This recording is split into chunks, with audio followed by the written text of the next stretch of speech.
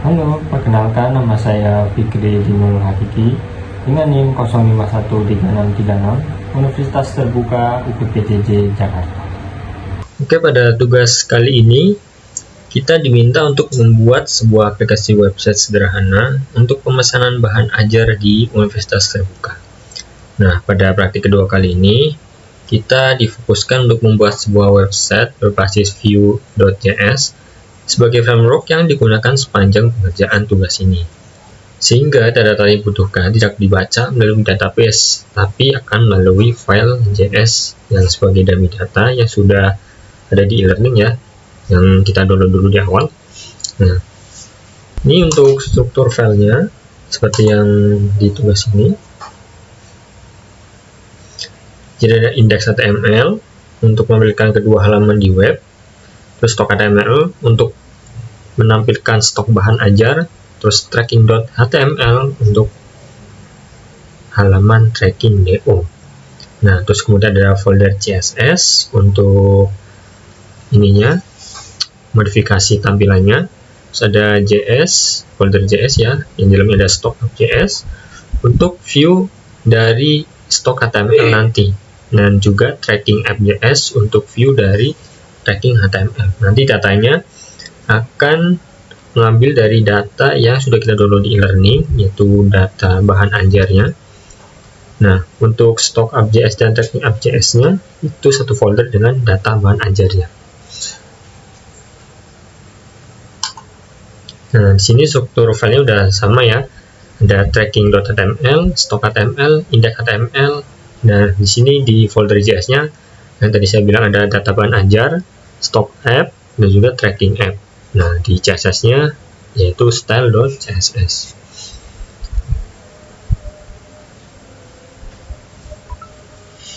Nah, untuk indeks HTML-nya nanti yaitu sebagai halaman utama yang akan menampilkan kedua opsi untuk masuk ke halaman stok HTML juga tracking HTML-nya. Untuk folder JS-nya untuk logika Vue.js dan juga folder CSS untuk styling. Oke, kita langsung saja ke indeks HTML-nya. Menuju live server.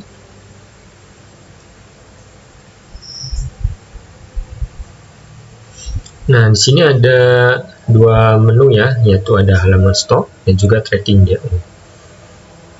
Nah, seperti yang di tugas, di halaman stok bahan ajarnya menampilkan daftar stok bahan ajar untuk seluruh UT daerah. Nah, datanya berupa list, table yang berisi kode mata kuliah, yaitu ada kode, ada judul, terus kategori mata kuliah, UT daerah, lokasi rak, jumlah stok bahan ajar, terus jumlah stok safety bahan ajar untuk stoknya, dan juga catatan. Terus kemudian terdapat fitur untuk mengedit stok dan bahan ajar, terus kemudian di dalamnya ada filter untuk sort data, dan juga menampilkan status dari stok bahan ajarnya. Terus kemudian terdapat fitur untuk menambahkan data bahan ajar baru. Nah, jadi di sini kita harus menampilkan isinya ya. Kita langsung saja.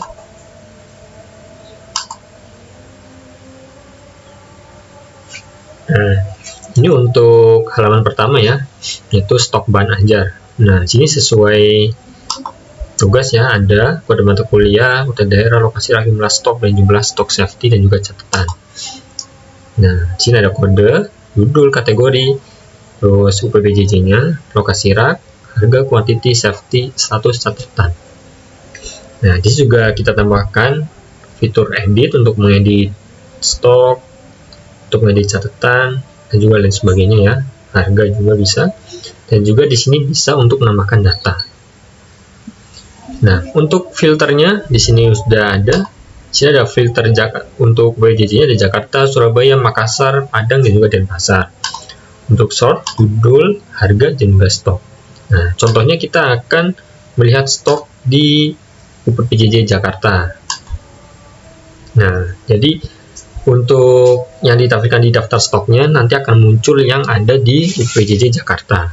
Nah, kemudian kalau misalkan di Surabaya, maka yang muncul akan di PJJ Surabaya. Nah, di kategori misalkan MK wajib, Nah, angka pilihan, praktikum. Nah,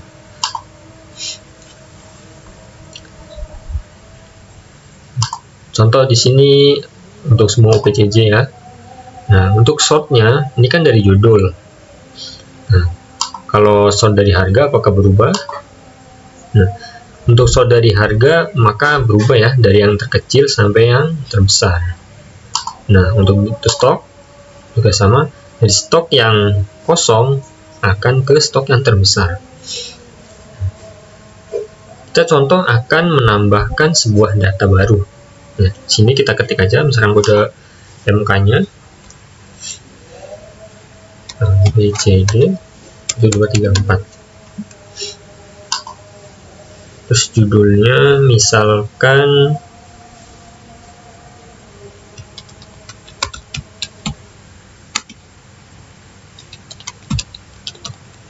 ini kan matematika. Untuk kategorinya misalkan MK pilihan, UPBJJ kita contoh Makassar. Lokasi raknya kita ambil contoh saja yang satu nih.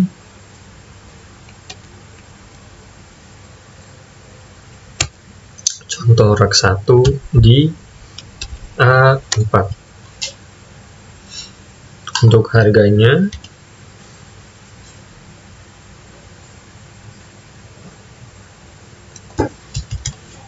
Rp70.000, kuantitinya misalkan 15.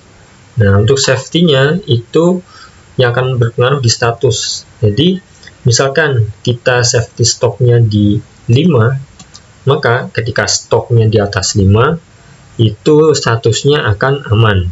Nah, kalau mendekati 5 akan menipis, dan kalau misalkan kosong akan berubah merah jadi kosong.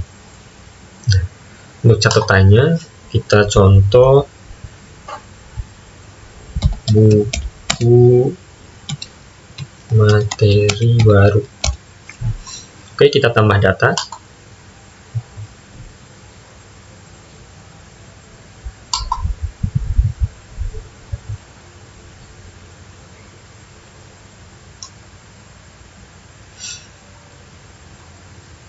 Nah, di sini sudah muncul ya. Ini untuk kodenya, ini contoh saja. Judulnya ini, kategorinya mata kuliah pilihan. UPJJ Makassar, harga 70.000. Nah, lokasi raknya juga ini sesuai, kuantiti 15. Ini 5 aman ya, karena stoknya 15. Nah, ini yang kosong, coba kita edit, apakah statusnya akan berubah? Ini kan stoknya kosong. Nah, coba kita klik edit. Ya, kita stoknya dikasih, ini kan safety-nya 8. Coba kita kasih 10, apakah berubah menjadi aman?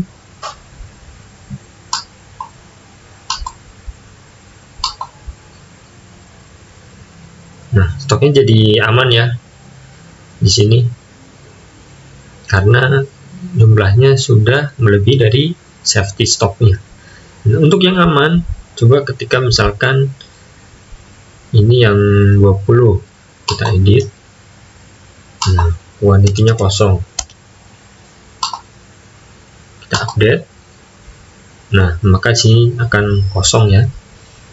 Nah, untuk yang aman kita akan ubah menjadi status menipis ya. Contoh yang ini saja, kita edit.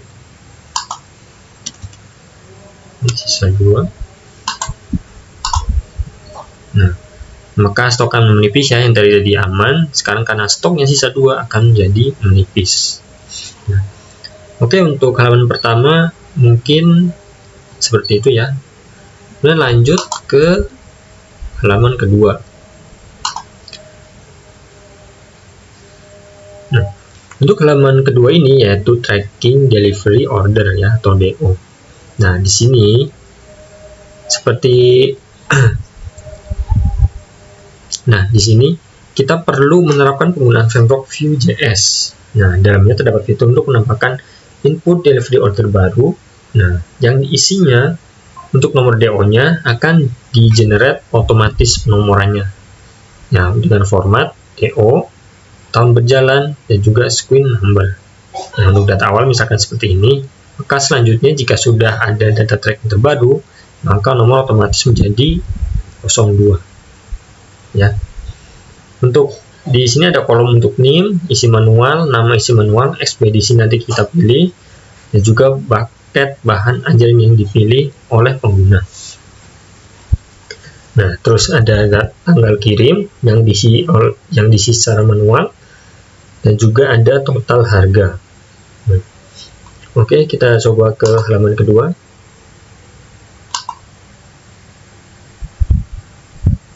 Nah, untuk DO yang satu ya, tracking nomor 1, ini nomor DO-nya sudah bawaannya yang dari file JS data bahan ajar yang udah kita download dari e-learning. Nah, maka kemudian ketika akan membuat, di sini akan 02 langsung otomatis ya. Jadi contoh, kita masukkan NIM-nya. Misalkan NIM saya ya, nama, ekspedisi, kita pilih, pakai IPS dasar saja. Nah, dikirim misal tanggal 25 besok. Oke, kemudian kita simpan. Nah, karena ini dikirimnya besok, maka statusnya sedang diproses ya. Nah, dengan harga 120 ini kan, dan ordernya berhasil dibuat. Nah, coba kita tambahkan satu lagi. Nah, di sini untuk DO-nya berarti otomatis ya, yang tadi 02 sekarang 03.